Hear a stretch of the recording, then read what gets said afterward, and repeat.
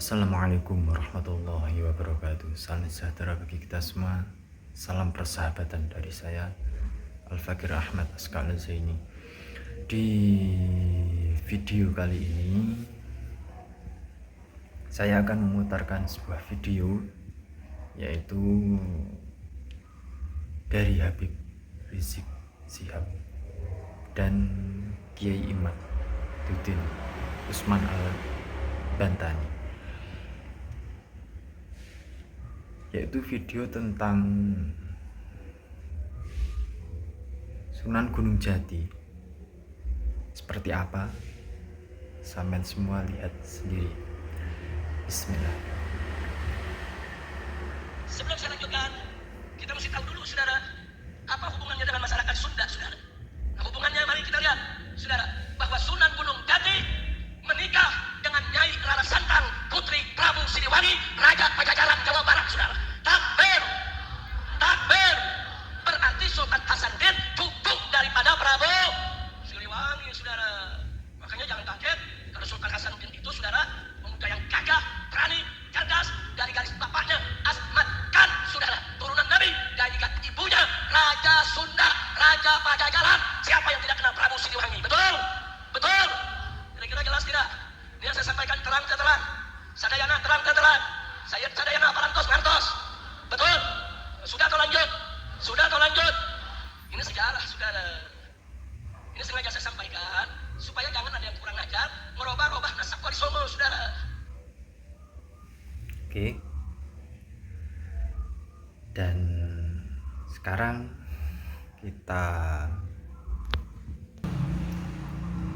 kita putar sebuah video dari kelompok yang berseberangan, yaitu Kiai Imad. Bismillah. Sunan Gunung Jati lahir di Mekah. Ini tulisan di manuskrip ya, Al-Mukarramah, dengan nama Syarif Hidayatullah tahun 1448. Ibunya bernama Nyai Rara Santang binti Prabu Siliwangi. Nyai Rara Santang pergi haji ke Mekah bersama kakaknya Pangeran Cakrabuana. Selama tinggal di Mekah, ia nyantri di Syekh Bayanullah, adik Syekh Datuk Kahfi. Syekh Datuk Kahfi adalah ulama asal Mekah yang menyebarkan Islam di Cirebon. Nyai Rara Santang dan kakaknya berguru kepadanya, dan gurunya tersebut yang memerintahkannya untuk segera menunaikan ibadah haji ke Mekah bersama kakaknya Pangeran Cakrabuana. Di Mekah, Nyai Rara Santang menikah dengan Syarif Abdullah Al-Hashimi, yang kemudian setelah menjadi sultan bergelar Sultan Maulana Mahmud Al-Hashimi. Ia menguasai wilayah Bani Ismail di Mesir dan Bani Israel di Palestina. Nyai Rara Santang kemudian mendapat nama baru Syarifah Mudaim dan tinggal di Mesir bersama suami dan anaknya. Jadi tidak ada Yaman-Yamanan itu. Dalam berita yang ditulis oleh orang Cirebon tahun 1700 sendiri, itu Syekh Sunan Gunung Jati Syarif Hidayatullah ada bapaknya orang Mesir, lahirnya di Mekah Al-Mukarramah. Ketika berumur 20 tahun, Syarif Hidayatullah pergi ke Mekah dan nyantri di ulama-ulama Mekah. Setelah itu ia pergi ke Nusantara. Ia mampir di Gujarat, lalu ke kerajaan Samudra Pasai. Di Pasai ia nyantri di Sayyid Maulana Ishak, bapak Sunan Giri.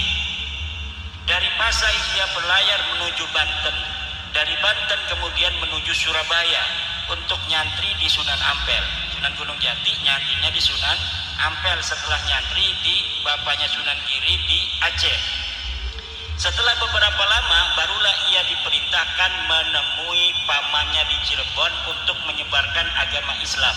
Ia membangun pesantren di daerah Gunung Jati, kemudian ia dikenal dengan Sunan Gunung Jati. 3 paragraf di atas adalah kisah Sunan Gunung Jati yang penulis ambil dari manuskrip Carita Purwaka Caruban Nagari dari mulai pupuh 12 sampai 17. Manuskrip Carita Purwaka Caruban Nagari adalah sebuah kitab yang ditulis Pangeran Arya Cirebon tahun 1720. Manuskrip itu tercantum salah satu versi silsilah Sunan Gunung Jati. Nah, Silsilah Sunan Gunung Jati sendiri ini sudah ditemukan manuskripnya. Ada manuskrip Bangkalan 1624. Ini yang tertua sementara yang ditemukan di Bangkalan, manuskrip tentang silsilah Sunan Gunung Jati ke Syekh Jumadil Kubro. Kemudian yang kedua manuskrip Tapal Kuda tahun 1650. Kemudian mengatakan juga bahwa Sunan Gunung Jati adalah keturunan Syekh Jumadil Kubro. Kemudian manuskrip Pamekasan tahun 1700. Manuskrip Syekh Hasan Muhyi 1787. Asal usul Kesultanan Cirebon 1809. Tinjauan kritis sejarah Banten 1913. Kemudian ada lagi kemarin dari Pangeran Qodiran, Patih Kesultanan Cirebon, saya mendapatkan stempel-stempel keluarga-keluarga Keraton Kanoman yang distempel oleh kerajaan Belanda. Kemudian setelah negara Indonesia terbentuk oleh negara Indonesia, itu silsilahnya juga ke Musa al-Kadzim. Nah, siapa yang menemukan para wali songo itu? Ya, yang menemukan manuskrip-manuskrip ini. Kita nggak tahu yang menemukan siapa. Kalau saya kan di Sragen ini yang menemukan Kiai Riyad. Tapi waktu itu saya belum tahu karena manuskrip yang kita temukan menyebutkan beliau adalah lahir di Mekah Al-Mukarramah. Jadi orang-orang kita di sini dulu, contohnya di sini, Pangeran Cakrabuana asli orang Cirebon, itu sudah pergi haji pada abad ke-15. Tahun 2024 kita pengurus MPC banyak yang belum pergi haji, banyak merokok melulu. Ya, dari dua video tersebut memang sangat mencolok perbedaannya ya guys. Yang satu dari Habib dan yang satu dari YG Imat. Kalau komentar anda semua menyikapi hal tersebut, tulis di kolom komentar dan tolong jangan menjelekkan satu dan yang lain. Oke, tidak suka dengan si A, tidak suka dengan si B, tapi jangan menjelekkan satu dan yang lain. Kita sesama Indonesia, kita bersaudara. Wallahul muwafiq ila aqwamit thoriq.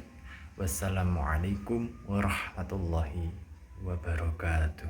Shallu ala nabi Muhammad. Allahumma shalli alaihi.